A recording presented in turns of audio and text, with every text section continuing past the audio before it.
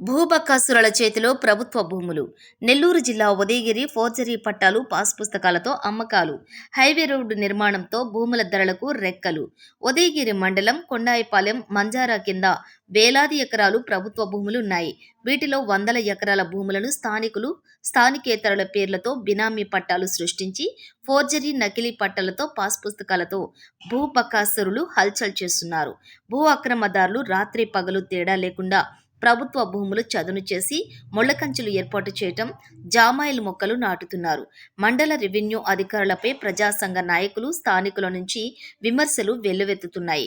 మండలంలో హైవే నిర్మాణం పనులు చేపట్టడంతో ప్రభుత్వ భూములకు రెక్కలు రావడంతో ఒక్కసారిగా వారు ప్రభుత్వ భూమి ఎక్కడ దొరికినా వెంటనే బాగా వేస్తూ చదును చేస్తూ ఫోర్జరీ నకిలీ డాక్యుమెంట్లతోటి స్థానిక రైతులను భయభ్రాంతులకు గురి చేస్తూ దౌర్జన్యంగా పనులు చేపట్టడంపై రెవెన్యూ అధికారులు మౌనం వహించడం విడ్డూరంగా ఉందన్నారు.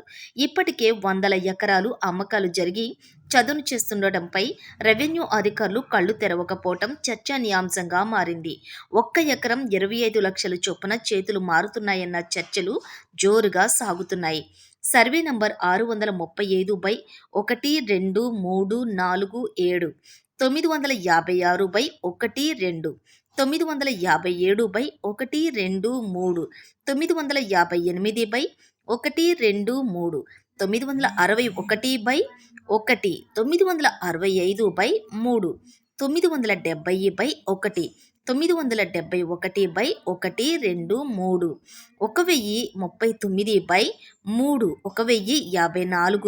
1054/1 1069తో పాటు అనేక సర్వే నెంబర్లలోని ప్రభుత్వ భూములను బినామీ పట్టాలు సృష్టించి అమ్మకాలు జరిపారు. ఇవే కాక వందల ఎకరాల ప్రభుత్వ భూములకు బినామీ పట్టాలు సృష్టించినట్లు సమాచారం. కొనుగోలు చేసిన వ్యక్తులు కొందరు రిజిస్ట్రేషన్ చేయించుకున్నట్లు విశ్వసనీయ సమాచారం.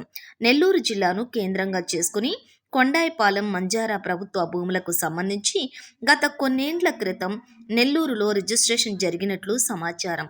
ఈ తతంగంలో భారీ స్థాయి ముడుపులు అందినట్లుగా ఆరోపణలు ఉన్నాయి. రాజకీయ నాయకులు, ఉద్యోగులు, వ్యాపారులు లక్షలాది రూపాయలతో కొనుగోలు చేసిన భూముల చుట్టూ ముళ్లకంచెలు ఏర్పాటుకు ప్రయత్నాలు సాగిస్తున్నారు.